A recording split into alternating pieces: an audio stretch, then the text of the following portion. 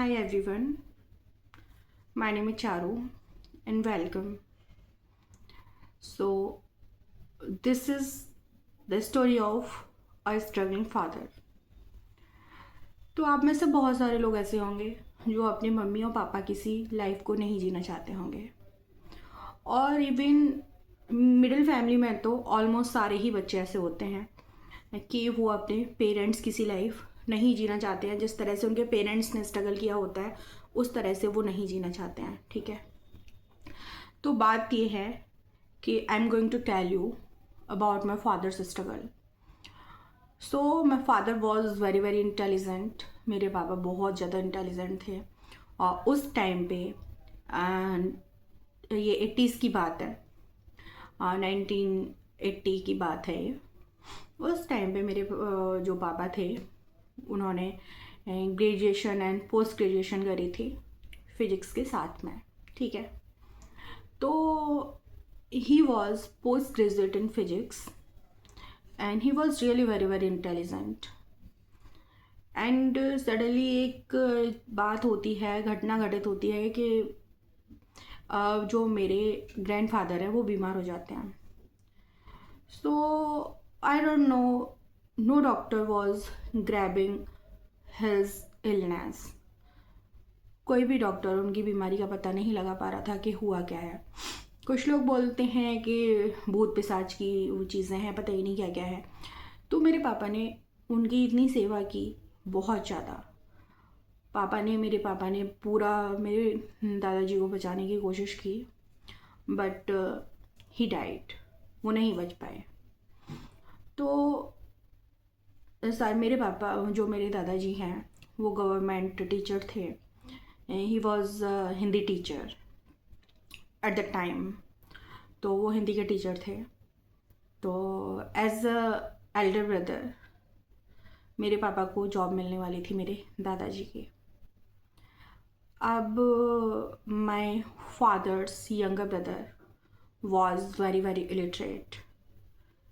Really, he was looking bad, and I cannot express my feelings in words which kind of person he was. All the disqualities were inhibited in him. ये बोलो कि बुराइयों का पुतला।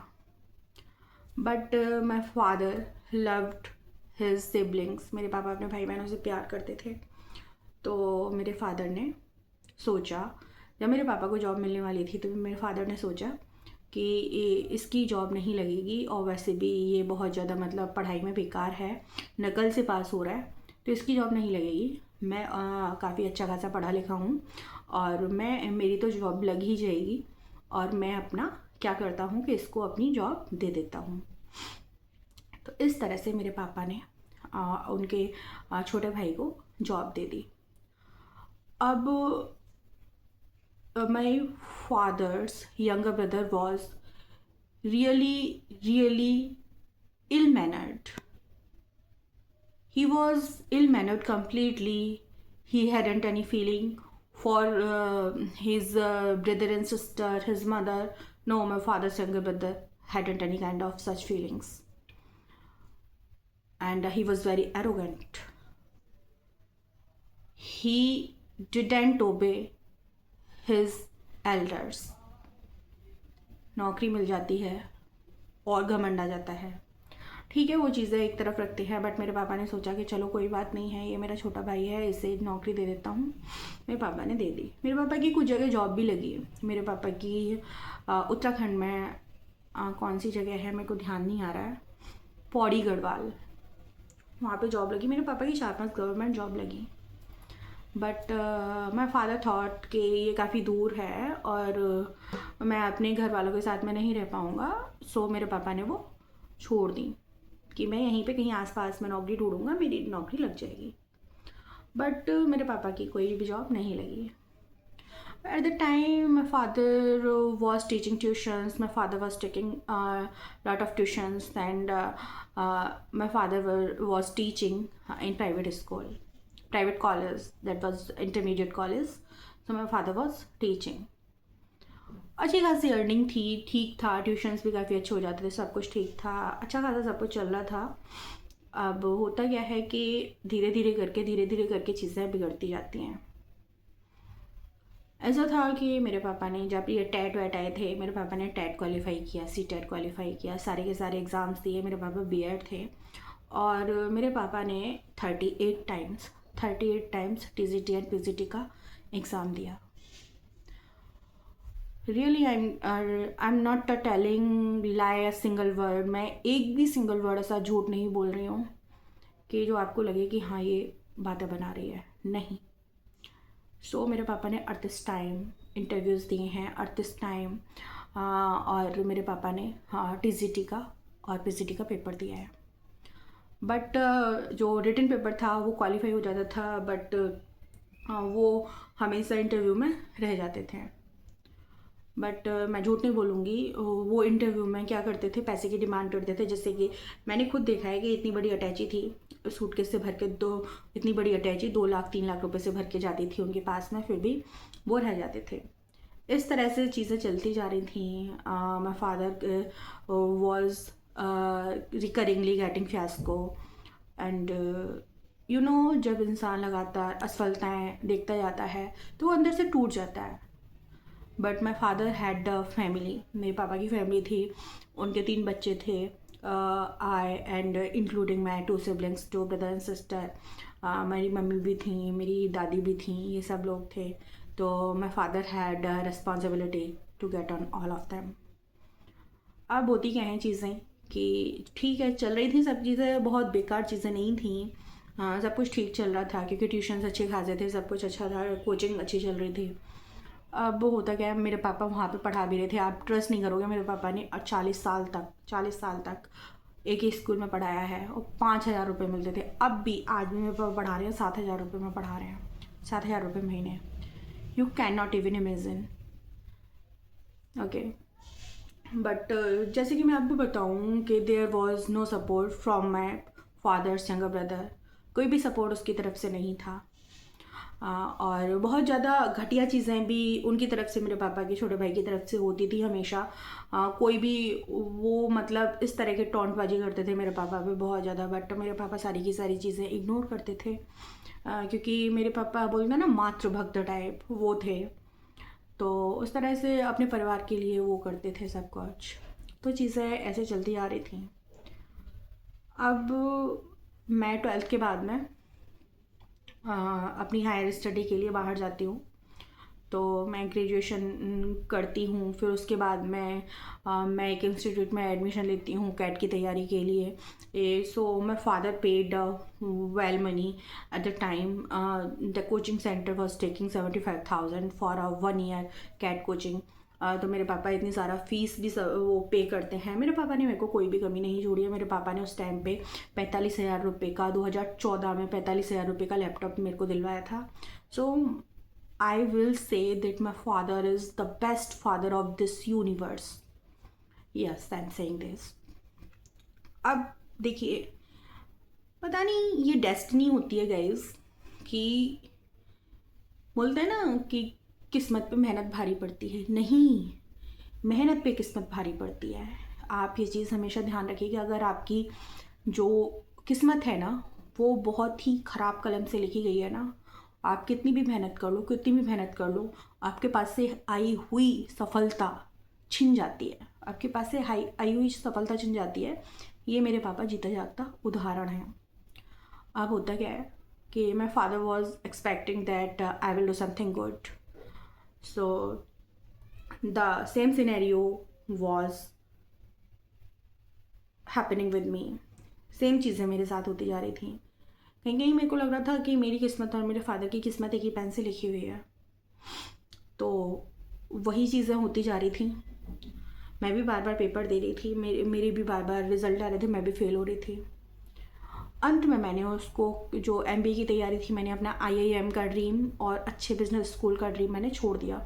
हालांकि मेरा बहुत अच्छे कॉलेज में एडमिशन हुआ भी था, लाइक आपने अगर नाम सुना हो SP जैन और जमना लाल बजाज का, तो बहुत सारे अच्छे कॉलेज थे। ग्रेट लेक चेन्नई था, बट मैंने due to lack of financial stability I left that. अब मैंने बैंकिंग की तरफ रुख किया. So my father and mother both were again expecting from me, because I'm eldest child of my family. So my parents were expecting that I will get a job and everything will be fine. But I was breaking their I was breaking their hopes. I was tremendously breaking their expectations. मैं बहुत बुरी तरह से my father was paying every bill or every fees, everything my father was paying. My mother was helping us financially, but everything was futile. Everything went in vain. कुछ भी नहीं था. अब वहाँ पे आके I was thinking something will be good. एक दिन मेरी जॉब लगेगी, मैं सब कुछ सही कर दूँगी. ऐसा कुछ भी नहीं हुआ. हम अच्छे की चीज़ में जी रहे थे, बहुत बद से ज़्यादा बदतर हालात पैदा हो गए. मेरी मम्मी बीमार हुई. मेरी मम्मी को कैंसर डायग्नोस हुआ. बोलते हैं ना कि आप अच्छी सोचते हो, अच्छा सोचते हो. हम अच्छा ही सोच रहे थे, बट अच्छा सोचने से कुछ नहीं होता है. जब आपकी किस्मत बहुत ही घटिया होती है ना, तो कितना भी अच्छा सोच लो, कुछ भी नहीं होता है. दुनिया में कोई भी कुछ नहीं कर पाता है. एंड हमको लगा हमारे हाथ से सब कुछ चला गया. सो हमने उस चीज़ को एक्सेप्ट किया. मैं नहीं बताऊंगी कि किस तरह की हालत थी, क्या थी, जो भी थी. हमने उस चीज़ को एक्सेप्ट किया. अब हमने एक प्लान बनाया, बजट बनाया कि मम्मी का ट्रीटमेंट कैसे होगा. बजट को देख के हमारे होश उड़ गए. 10 गोलियाँ 1.5 लाख की आ रही थी. कोई बात नहीं, चीज़ें चल रही थी. और we sold gold, we sold lot of things and we borrowed money एंड कुछ चीज़ें अपनी भी थी. तो ऐसे करके हमारा मम्मी का ट्रीटमेंट चला. एंड नाउ अब सारी चीज़ें छोड़ के कि मेरी जॉब लगेगी, मेरी सिस्टर की जॉब लगेगी, पापा की जॉब लगेगी, ये सारी चीज़ें छोड़ के we were expecting one thing only, my mummy's health. But मम्मी मेरी ठीक भी हुई. कैंसर भी almost was disappeared, but cancer relapsed again. Cancer फिर से आया.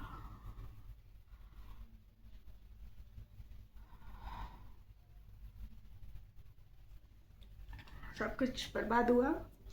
कैंसर फिर से आया. अब फिर से मम्मी का ट्रीटमेंट शुरू हुआ. डॉक्टर ने बोल दिया था, I was completely unaware about that कि क्या है कैसे है. डॉक्टर ने बोल दिया था कि your mother has only 9 months. And but मैं इतनी पूजा कर रही थी गाइस, इतनी पूजा कर रही थी भगवान की. You can not expect from me, you can not expect from any human being कि कोई इतनी पूजा कैसे कर सकता है. एक भी भगवान का दर नहीं छोड़ा, एक भी मंत्र नहीं छोड़ा, एक भी चालीसा नहीं छोड़ा. बोलते हैं ना, बजरंग बाण, हनुमान चालीसा, शिवलिंग पे जल चढ़ाना, और कुछ किया. पशुपति नाथ के व्रत, सब कुछ किया. Everything I did. And even I said, चुप रॉगी चुप. I said to God that please give only 5 years to my mother. आप सिर्फ 5 साल मेरी मदर को दे दो और हमें खूब गरीब बना दो. But the God was completely cruel. He showed his cruelty and he snatched my mother from me.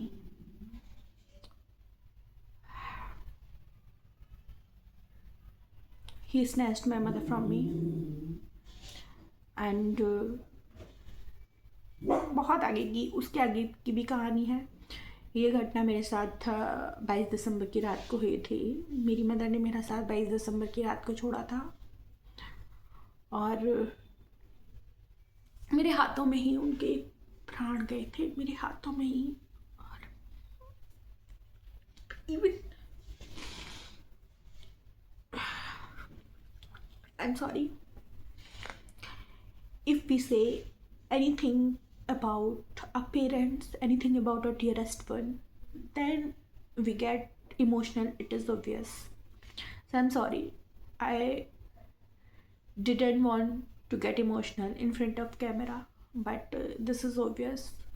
Automatic tears came, and these tears are falling down automatically. So guys, इस वीडियो का बनाने का मेरा ओनली एक target था कि